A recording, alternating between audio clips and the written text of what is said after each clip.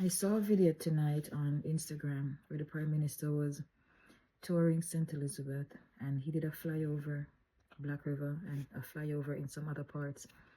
And I could not believe what I was seeing. Like, I've been in Gilbert, I've been in Ivan, I wasn't in Beryl, but I've seen hurricanes.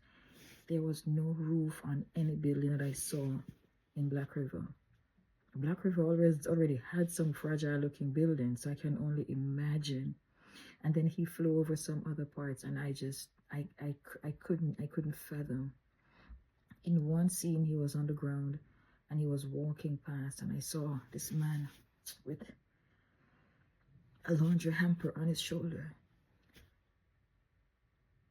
I don't know if that was all he had left, but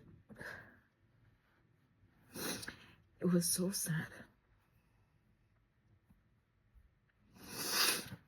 It was so sad because I don't think any of us who are looking on, including myself, have any idea what it's like unless we've already been through one of these hurricanes. I don't think we really know what somebody else is going through. My family in St. Thomas weren't as hard hit, but my sister's house is gone. She's staying at a shop. But a lot of people don't know that I grew up in St. Elizabeth. I was born in St. Thomas, but I grew up in St. Elizabeth with my grandmother. I actually went to Barbara Hall infant school in the square, and I went to Barbara Hall. I think it was Barbara Hall College at the time. My cousin said it's Barbara Hall Primary now. I went to school in Barbara Hall before I went to Kingston and went to Coburn Penn College. I grew up in St. Elizabeth, running up and down everywhere, going to Black River on Grand Market night. My uncle's house is gone. My uncle's house is gone. My uncle passed the other day. My mom went down and buried him. God rest his soul.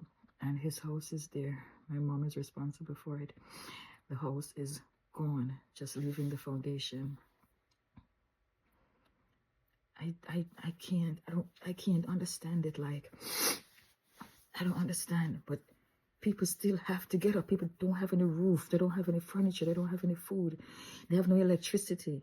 My friend is still waiting to hear from her family in Westmoreland. And people have to get up tomorrow. Not even get up, because they probably don't have anywhere to sleep, and still be strong.